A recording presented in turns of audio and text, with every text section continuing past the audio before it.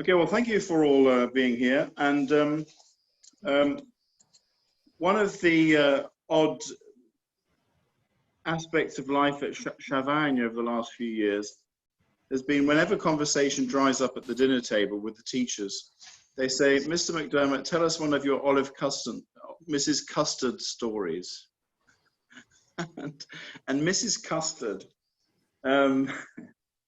is Olive Custance, whom I've kind of been frequenting, although she's long dead, for the last few years, since I started getting interested in her about 2016, something like that. And I'm afraid it's a very banal story. I said to myself in 2015, who's been dead for 70 years that I could get interested in? Because then I could start talking about their poetry without having to worry about copyright. So I had a look on the internet to see who'd been dead for 70 years. And there were dozens of people who came up. And there were two who stuck in my mind. The first one was Alan Lewis, who I'm going to move on to in 2021. So watch this space. Alan Lewis is the only real poet of the Second World War. Of course, there were dozens in the First World War. And he's a very interesting chap. But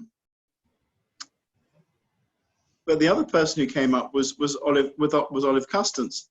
And that rang a bell because when Robert used to work in the school here in Chavagnes, he showed me some biography, can't remember whose it was now, which had a few paragraphs about this Olive Custance. It's probably the John Gray biography, wasn't it? The Brocard Sewell?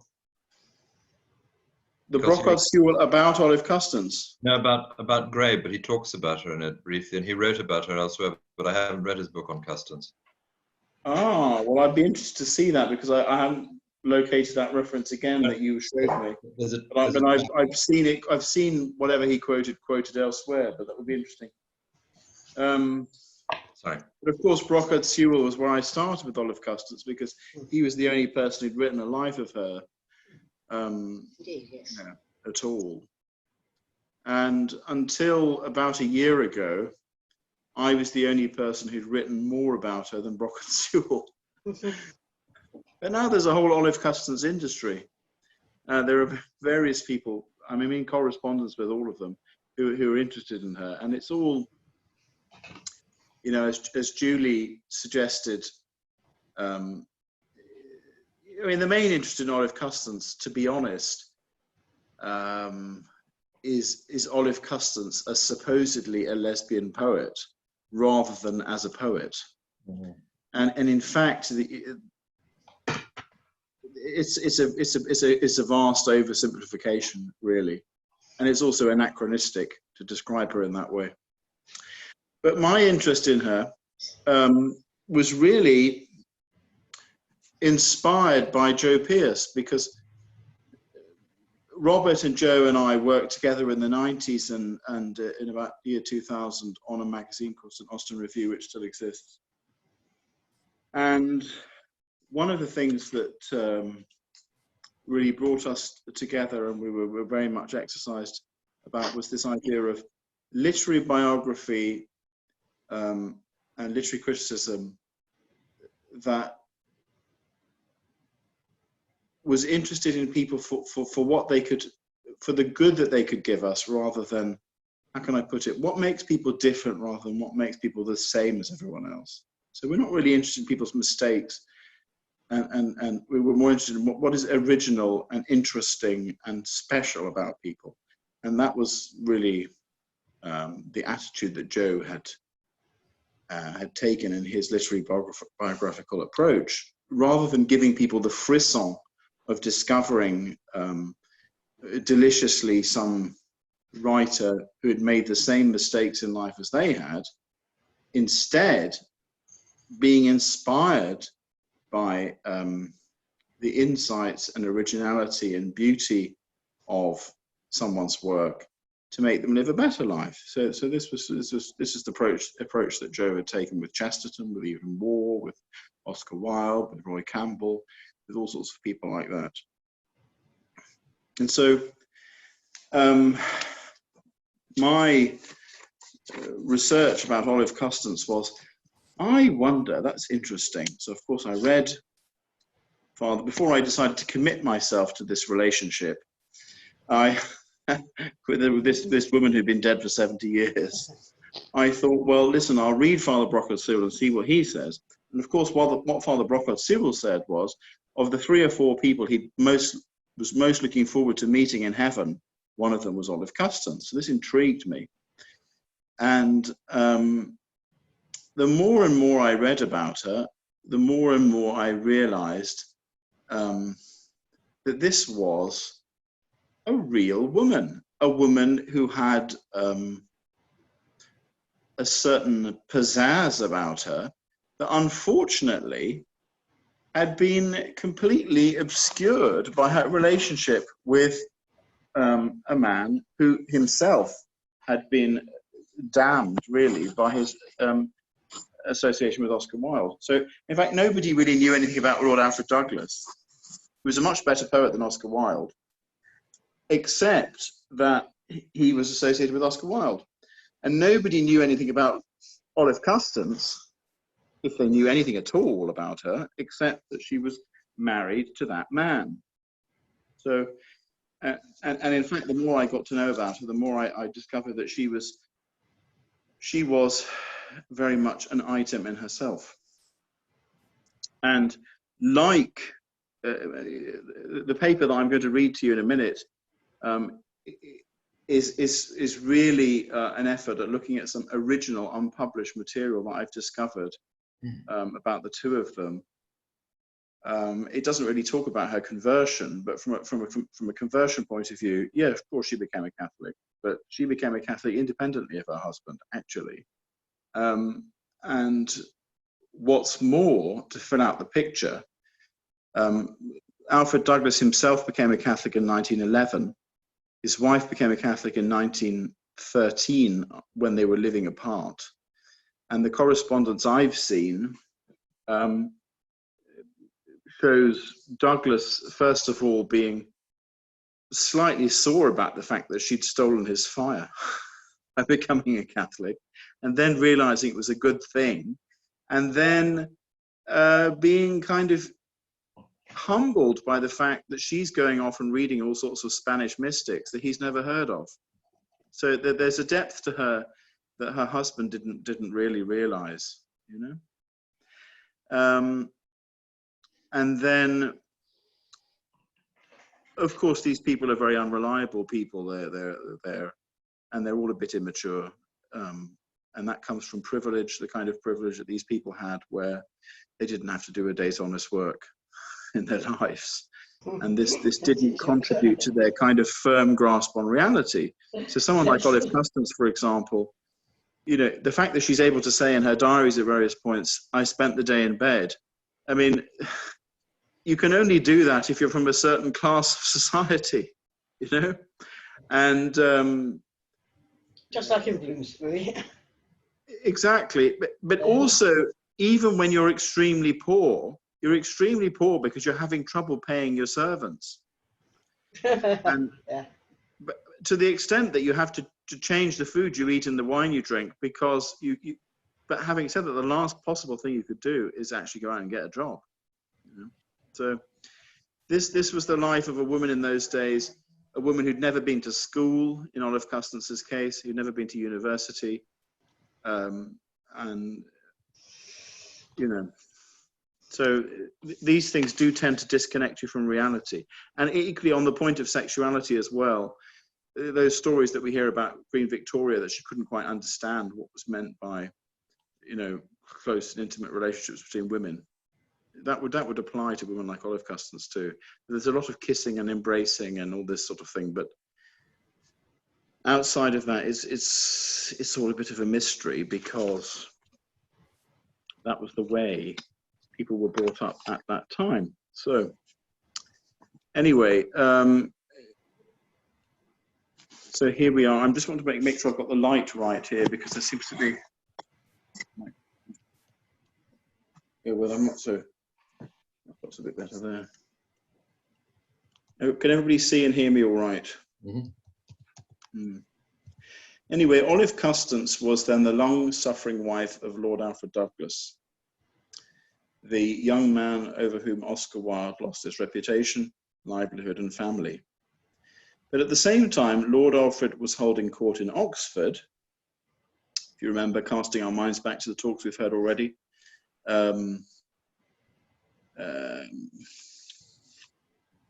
Alfred Douglas read the portrait of Dorian Gray and then met the man who'd written it. Lionel Johnson also famously read it twice, was it? And then he met them. I can't remember. Something like that. They'd all been reading this portrait of of Dorian Gray before they met Oscar Wilde. Yeah. But anyway, and then of course, when Oscar Wilde makes friends with this circle of students in Oxford, Lord Alfred Douglas is very much holding court there. But at the same time, Olive, who's only 16, who's a little bit younger, is holding court in London. And she ventured into literary society very young, when she was 16 in the 1890s, and was surrounded pretty quickly by admirers of both sexes, some of whom you've heard of already. This 1890s London set, which Olive joined, was gathered around the publisher John Lane, the originator of the Yellow Book.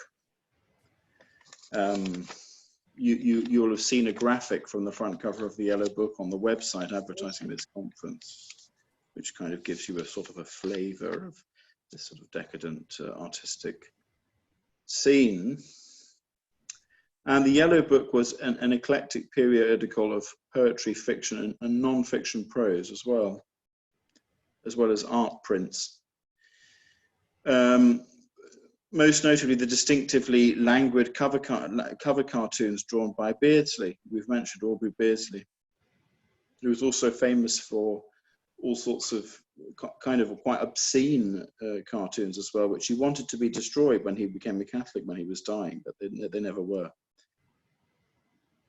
The Yellow Book cast its golden hue over a whole decade of London literary life and acted as a focus for a young group of poets who elicited the ire of critics because of their morals.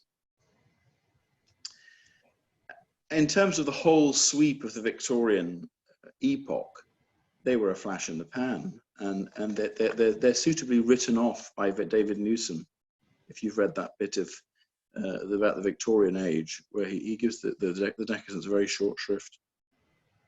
But this fin de siècle literary scene, whose names are still known to us, labelled rather imprecisely as decadence, included John Lane's reader, the accomplished writer and critic Richard Le Gallienne, the future Father John Gray, who was a London barrow boy who taught himself a few languages and you know, an autodidact, Ernest Dowson and Aubrey Beardsley.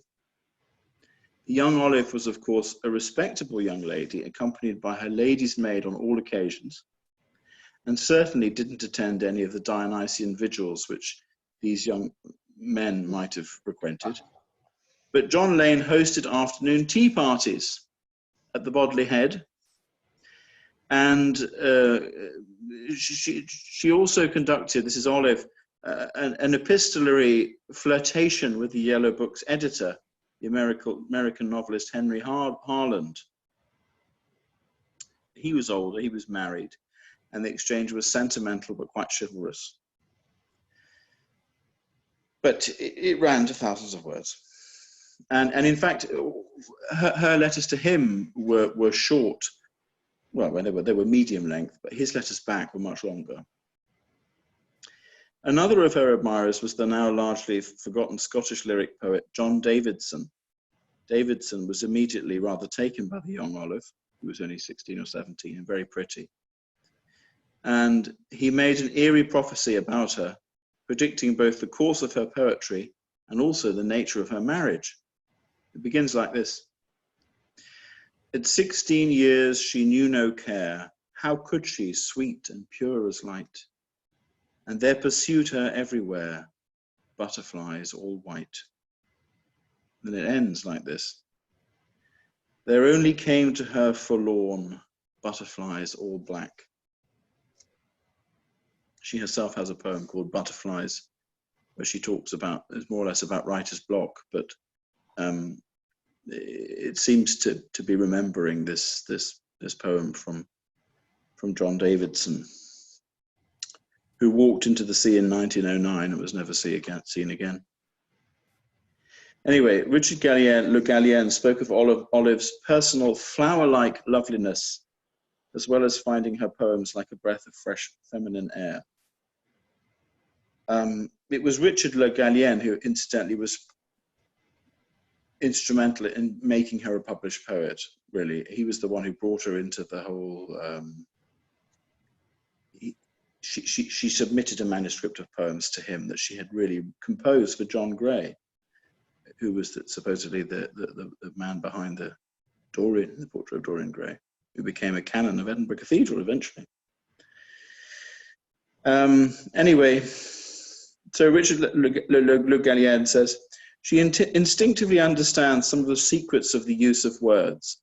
This is all down to her symbolism, really, because, or at least that's part of it, the power of individual words, but also the power of individual symbols, creating a mood, a feeling, not necessarily making sense, but painting a picture, you know, and that touches on some of what we've heard this morning about French symbolism. The importance of her moods, the exquisiteness and strangeness of living, the mystic beauty of the world, and all the glory and pathos it seems to mean in certain hours. Music played at twilight, the sound of rain, friends, flowers, friends as flowers and flowers as friends. This is Le Gallienne talking. The sudden, wonderful face of love, fair as a shooting star, her own beauty and beauty of the morning sky, beautiful pain and the mysterious sadness of joy.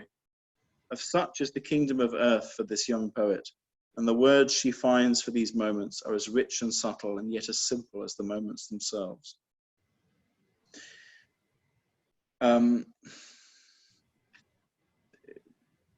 This idea, this kind of flower-like, sparkly, airhead loveliness of Olive Custance is also portrayed in a roman à clé by Richard Le Gallienne, where he has her as one of the characters, and she's very much portrayed as this sort of mystic airhead, if you like.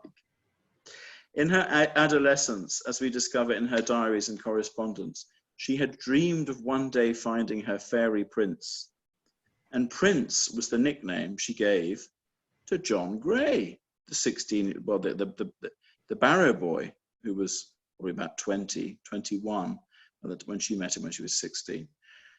The handsome Gray, reputedly the model for Oscar Wilde's Dorian Gray, was the first object of her girlish devotion and the first discerning audience for her poems, more importantly, many dedicated to him. He received them with a wry amusement. That's what he said in a letter to someone.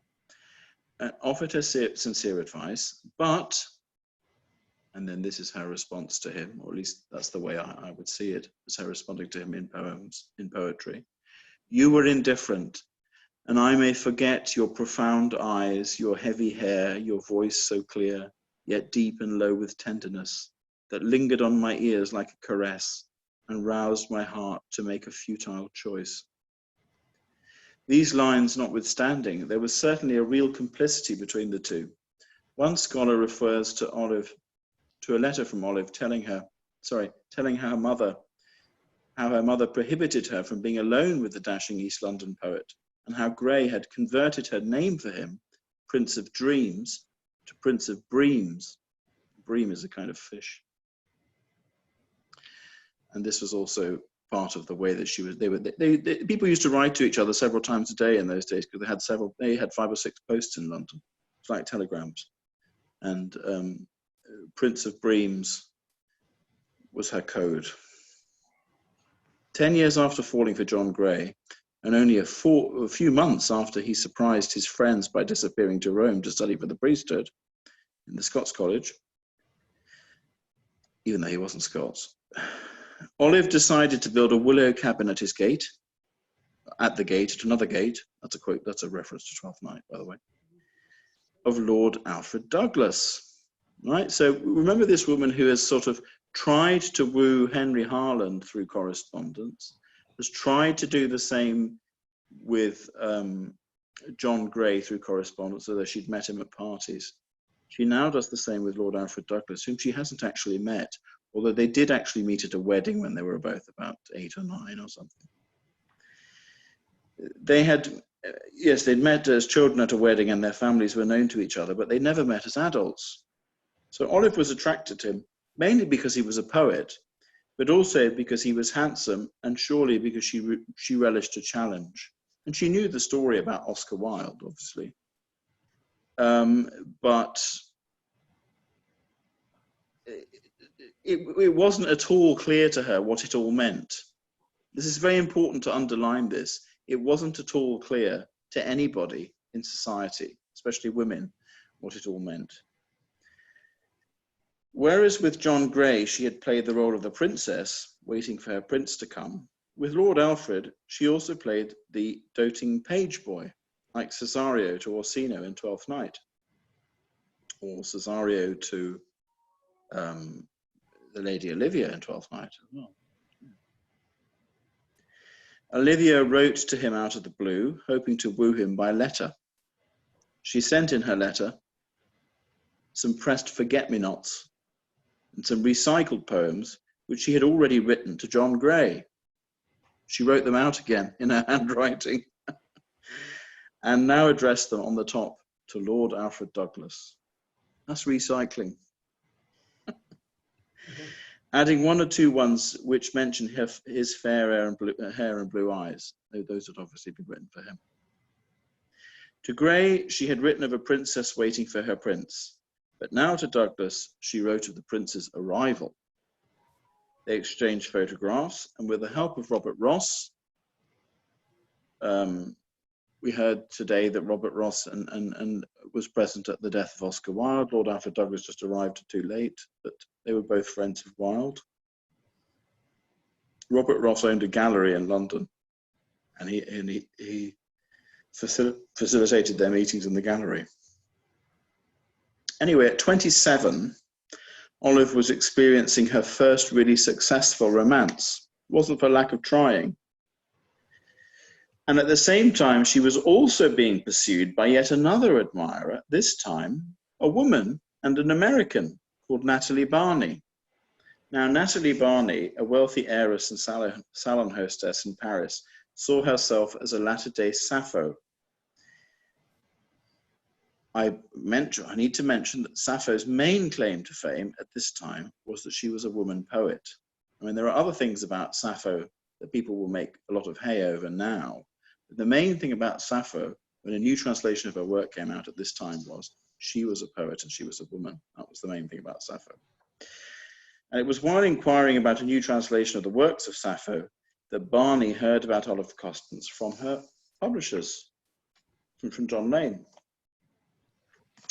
Soon after, on a holiday in Italy with Barney, because in fact what had happened was Natalie Barney wrote to Olive in the same way. This is the way things had happened in those days.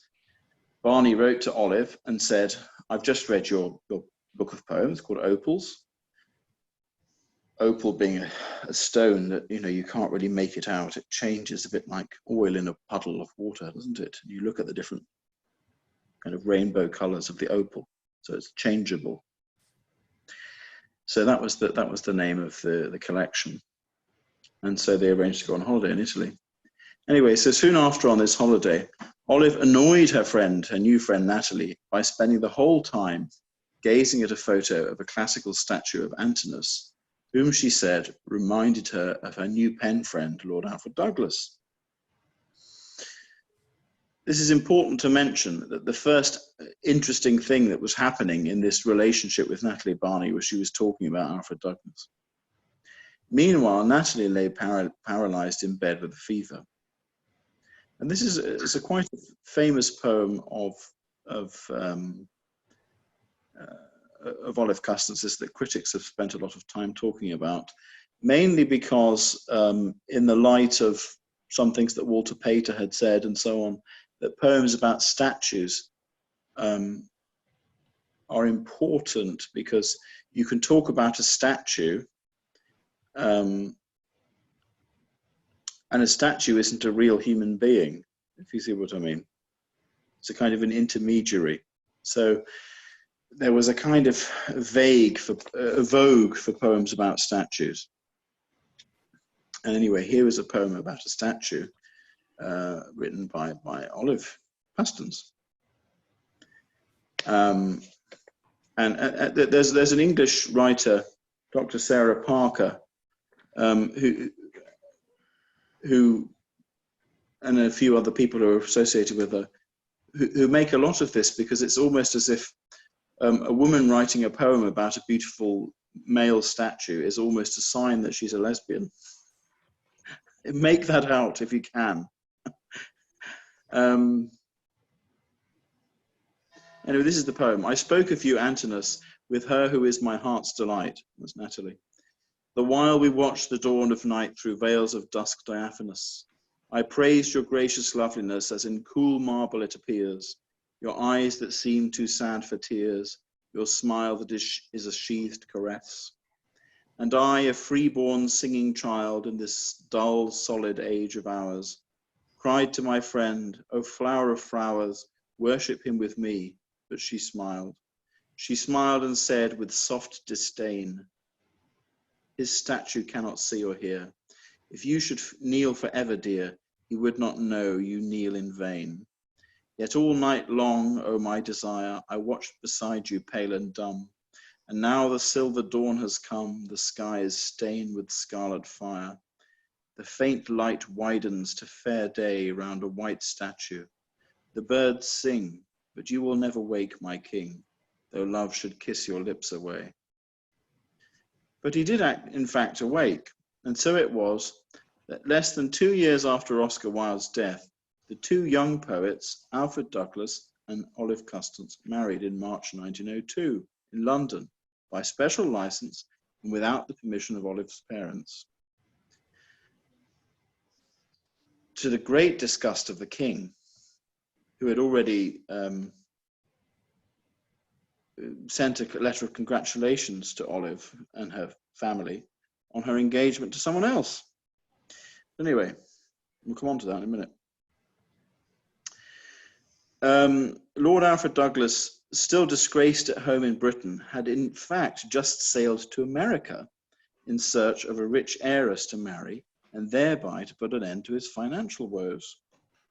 But his heart was not in it, and when Olive instead became engaged to a rich school friend of Douglas's, they'd been at Winchester together, George Montague, the jealous poet rushed back and talked her out of it. Their hastily and secretly organized marriage caused quite a scandal. George Montague, although younger, had been an intimate friend when they were boys at Winchester and ever since. So it can be reasonably described as a love triangle or a quadrangle, if you include Natalie Barney in Paris. She had supposedly envisaged marrying Douglas as a way of inducing Olive to live with her too in a kind of ménage à trois. Despite its inauspicious and unorthodox beginnings, the marriage did last for a very long time, much to everyone's surprise, through all the welter of mud and stones, as Douglas himself described it. It was, however, marked with sadness and conflict, mainly over custody of their son Raymond and the interference of Olive's father, the overbearing Colonel Custance. Raymond, of course, became a Catholic. The son became a Catholic when the father became a Catholic. And so the son was first to Ampleforth and then kidnapped by the father and taken away to Fort Augustus in Scotland, where the Scottish monks cooperated with the illegal kidnapping. And then the Colonel Custance, the grandfather, sent a box of chocolates to the son in Fort Augustus with a letter in it saying, why not come and live with your granddad. And so the boy was abducted back. So this was the kind of context of what was going on as well. And then the parents were kind of both very immature parents. Anyway, it was, it's been observed by Nancy Hawkey, who was apart from Brockett Sewell, one of the only other early scholars of this life of this Olive Custance back in the 1970s and 80s.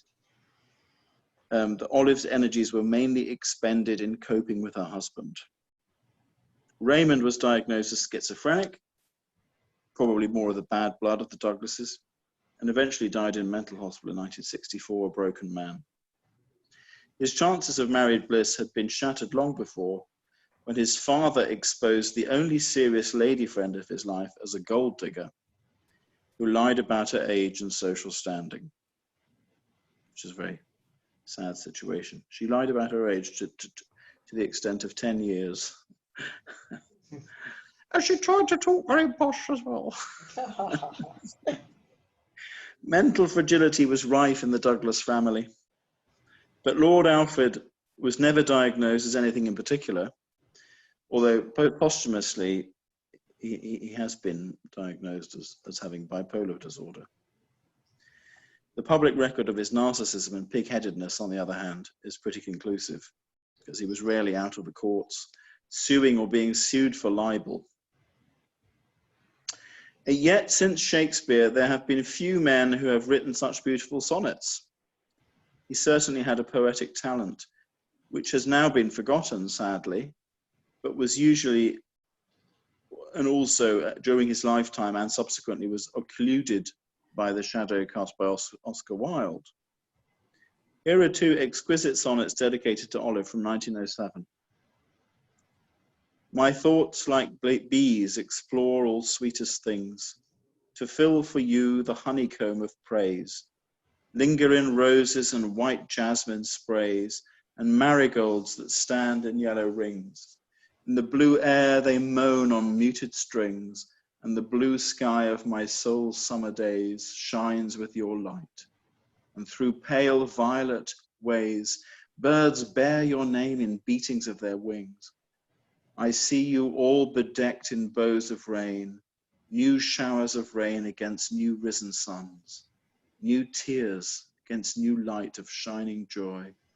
My youth, equipped to go, turns back again, throws down its heavy pack of years and runs back to the golden house, golden boy. When we were pleasure's minions, you and I, when we mocked grief and held disaster cheap, and shepherded all joys like willing sheep that love their shepherd, when a passing sigh was all the cloud that flecked our April sky, I floated on an unimagined deep. I loved you as a tired child loves sleep. I lived and laughed and loved and knew not why. Now I have known the uttermost rose of love. The years are very long, but love is longer. I love you so. I have no time to hate even those wolves without. The great winds move all their dark batteries to our fragile gate. The world is very strong, but love is stronger. In the first of these two, it's difficult not to see in Douglas's love for Olive a kind of rediscovery of innocence. In Sonnet 4, she's like a forgiving mother.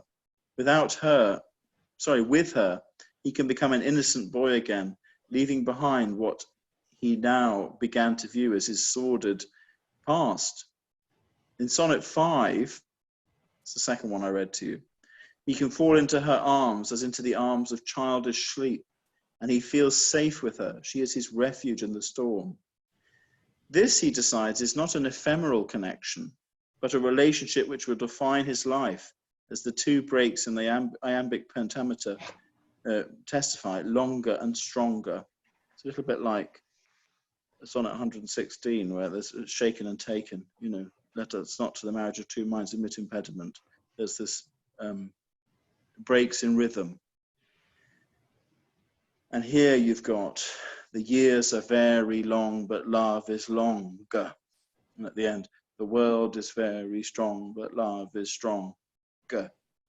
So you've got those two words that kind of jump out, because Douglas, like Shakespeare, doesn't add an extra syllable by mistake. So there's always a reason for it.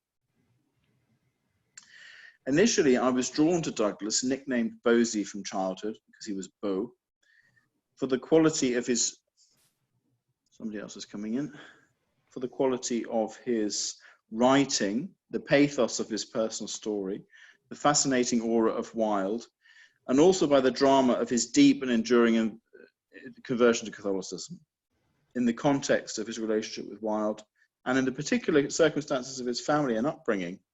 It's worth noting that his mother also became a Catholic. Even his father, the Marquis of Queensberry, who was the president of the National Secular Society, and who was very, very much against religion, also became a Catholic on his deathbed. And apologized for being horrible to his wife, whom he'd humiliated by taking a mistress, and all sorts of things like that. So the whole family, they all became Catholics eventually.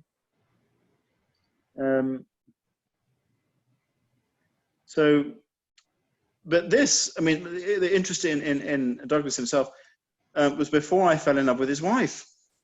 I mean, you know, platonically speaking, or at least with the picture of her that emerges from her poetry and life story. And when one gets involved in a marriage like theirs, well, how can I put it? It's just very difficult not to take sides. And more I found myself taking Olive's side. For much of their married life, Bosie and Olive spent time apart, even when things were going well. And in the early years, this phrase pops up in a lot of the letters. Boy gone, girl left. Boy gone, girl left. It well describes their habit of passing like ships in the night. It was very much a commuter marriage. Bosie was often shooting in Scotland or on business in the city. Olive would visit her friends or her father in Norfolk. And so they developed a kind of studied, almost artificial correspondence, which both of them knew would one day be the subject of study for scholars. Perhaps it has something to do with the fact that their courtship, too, was an epistolary courtship.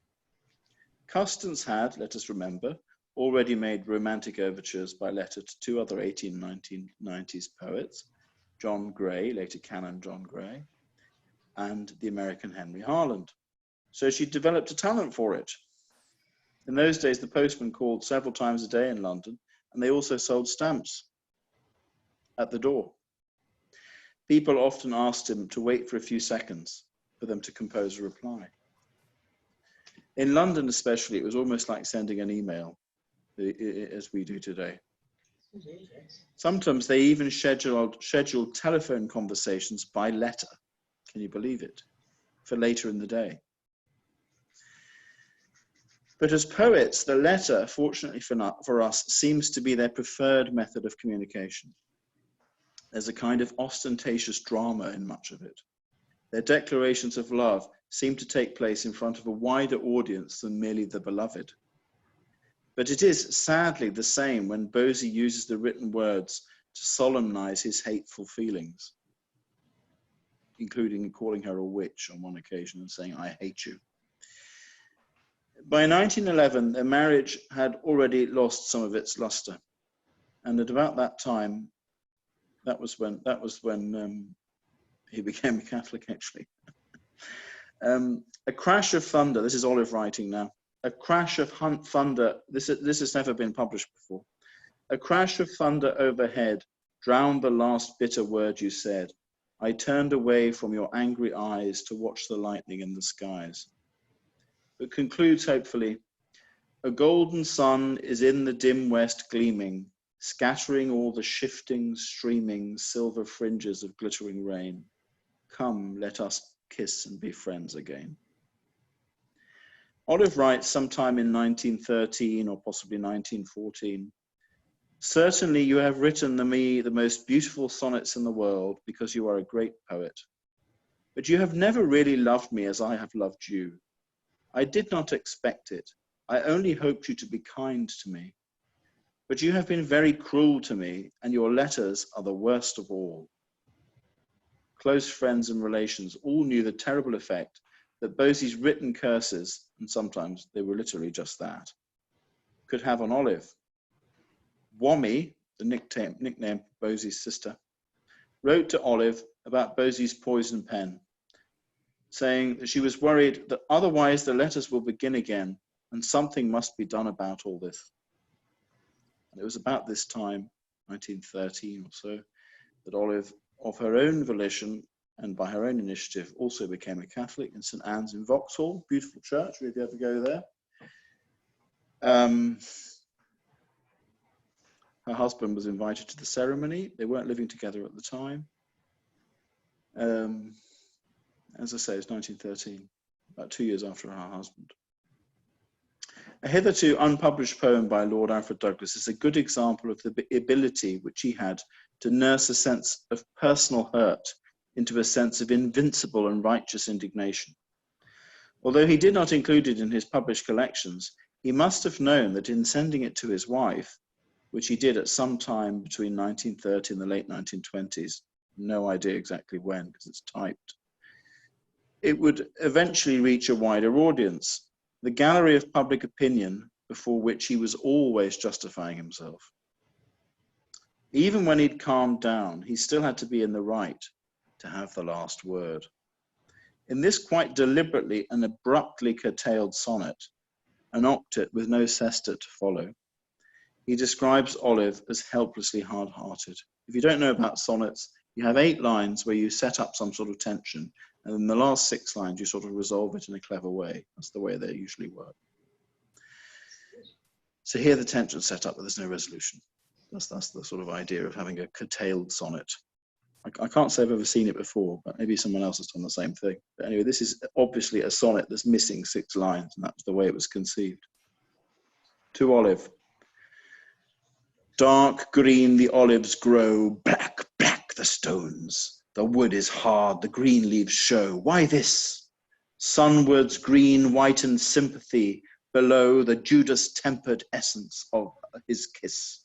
No sympathies with any human groans. Still, Olive, I have you and you have me, both to exist forever in the press, except for love of the world's bitterness. The iambic pentameter, the appeal to scripture, and the lexicon of biblical words give Bosey an almost pontifical authority. The capitalization spells out his counterclaim to her assertion that you have never really loved me as I loved you. No, Olive, both love are all capitals. Perhaps his initial capitalization of the press refers not just to the violence of their suffering, like an olive press, pressing down the olives, but also to the way in which much of their marital strife was enacted in the public gaze, self-inflicted, self-promoted, and destined to be kept alive in literary correspondence, which would be published after their deaths and forever in the press. The curtailing of the sonnet form is particularly significant. Often the tensions and problems set up in the first 8 lines of a sonnet are somehow resolved in the last 6. For example, in the first 3 of his sonnets to Olive, he wrote 7, where the sestets begin with yet, yet, and but, respectively. But for them, he thought, I suppose, there was no resolution except for love. In a similar poem, which did find its way into the collected poems, he again gives Olive and Raymond, the son, the same Judas treatment. This is over the fact when the son is taken into custody by the grandfather. There was a big report in the Tablet about it at the time, where he said he would never speak to them again. Jane Stevenson, reviewing Caspar Winterman's biography of Bosey in the Telegraph, had this to say of the other poem. Self-pity came as naturally to Douglas as solipsism. And before a crucifix, he identifies his betrayal by wife, child, friend with that of Christ betrayed by Judas. His son, the wretched victim of a custody battle, whom he kidnapped, preferred living with the grandfather. To represent this as a betrayal somewhat suggests a lack of empathy. But Douglas was slow and deliberate in writing his sonnets. He cannot have written both at the same time. To return to the same finger-wagging theme of betrayal, probably years later, like a dog to its vomit, and then send it to your wife in order to cause her pain in a letter, is, to my mind, the act of a sanctimonious cad, however Catholic. He is not lashing out in extremis, which one could more easily understand and forgive. His tone is recollected, unnervingly calculated. When Olive read Bosey's biography in 1929, she must have bit her lip over the way in which she had been portrayed. All she knew before she read it, yeah, they died in the 40s, so he wrote this biography in 1929. All she knew before she read it was that she'd given permission to Bosey to quote from her early love letters, where she talks about him as a prince and all this sort of thing. The request to do this must have touched her, but in the end, Bosey used these letters to her fairy prince to bolster his ridiculous claim that Olive loved him less as he grew more and more manly. She was always very discreet about her private life and would not have appreciated being portrayed as a lesbian in order to take the heat of her husband, which is exactly what is happening in that passage. Incidentally, there's this big book, Lord Alfred Douglas's biography of 1929. He's been married to Olive for a long time because they married in 1902. He hardly ever mentions her in his autobiography.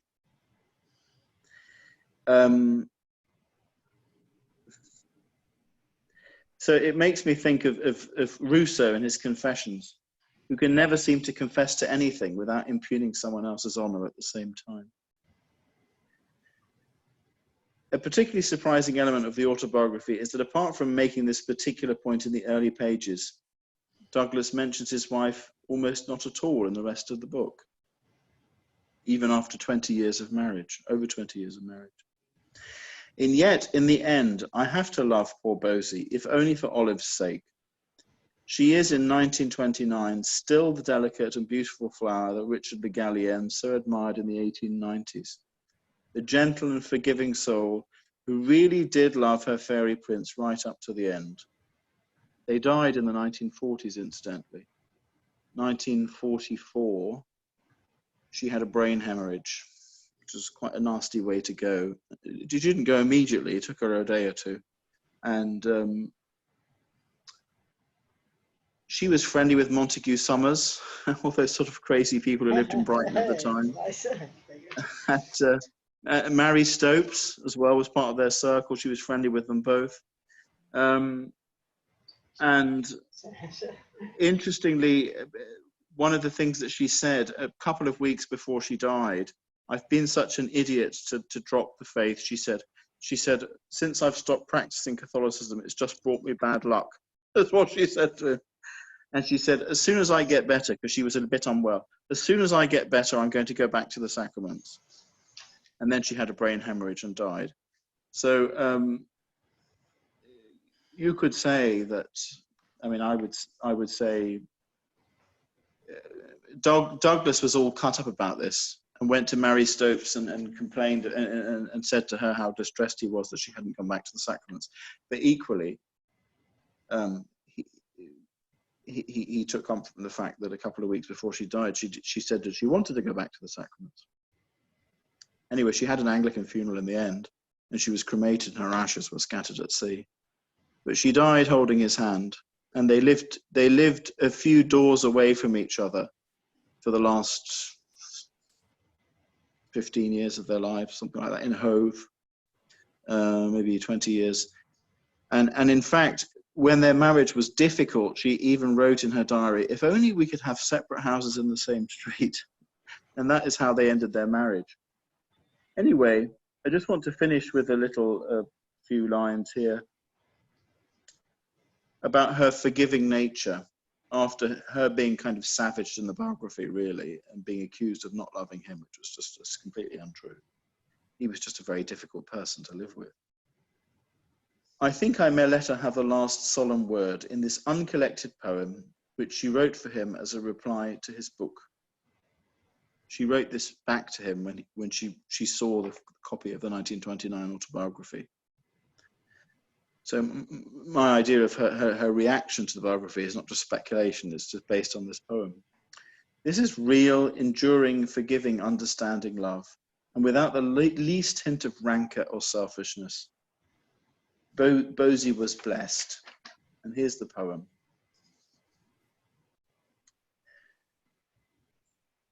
And she's a sort of an old lady by this point. She's quite ill, you know. Oh, never again have I loved, dear heart, as I loved you. I gave you my girl's passion like a cup of golden wine, triumphant that you drank and drained it up, that you were mine. And you were all my joy and all my pride, mine to adore. I lived to love you, and I would have died to love you more. You were beautiful like a bright sky at daybreak in the spring. Yes, proud and beautiful and brave and shy like a young king. And round us an old dragon coiled, the world, hungry for our delight, hating our laughter and our scorn that hurled its weapons out of sight. Furious to find that our indifferent ears were deaf to its cold jibes, its flatteries even, and its foolish tears, and all its golden bribes. For we were young and wayward, caring less what people thought or said than that a ruffled curl or tumbled tress should mar a lovely head, thinking that a ribbon knotted or a jewel gone astray more cause for sorrow than that foes are cruel or friends betray. Because we had each other and the flowers and all earth's delight, the birds, the animals, days, dancing hours, the spangled night, the fields, the forest and the shining sea, blue waters and blue sky. How gay we were, not knowing what would be.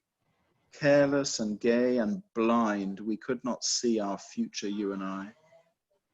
But sometimes after storms, the rainbows rise, those skies be overcast, and lovers look into each other's eyes and smile at trouble past.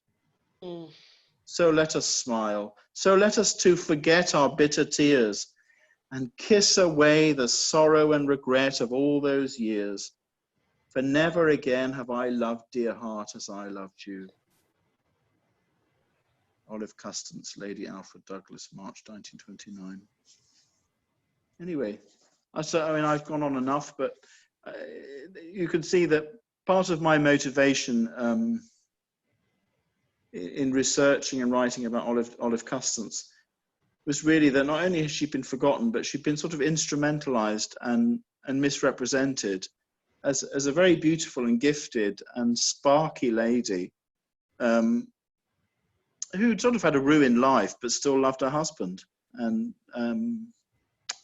I found that very, very moving thing. And what I'm trying to do now at the moment is to draw together all the poems that I've found that hadn't been published, and with the permission of the estate, make a collected poems sometime next year with a 30 or 40,000 biographical note at the beginning, and a few notes for the poems, just so that she can get a bit of a wider audience, because she's not a bad poet, actually. She's sort of been written off as a bit of an airhead.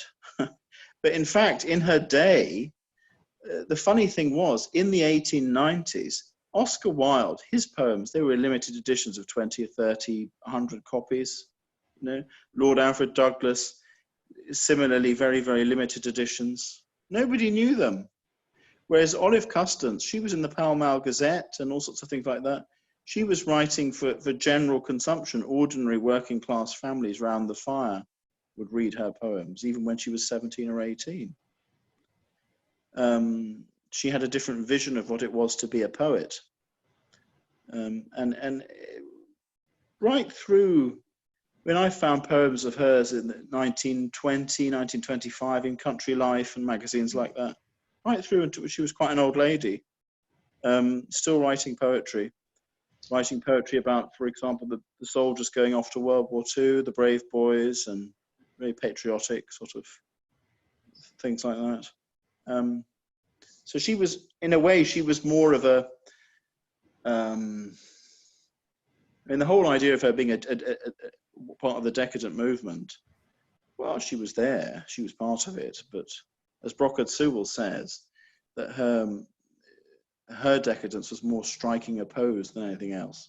You know, she's a phenomenon all of her own, really, and sadly neglected, as is her husband, who, although he was a bit of a nasty piece of work in his relationships, was a very, very good poet. Anyway, thank you. Thank you very much. Now, what's the time now? How are we doing? 1 minute to 4. Well, to 5 over there. Okay. I have a question for you. If I can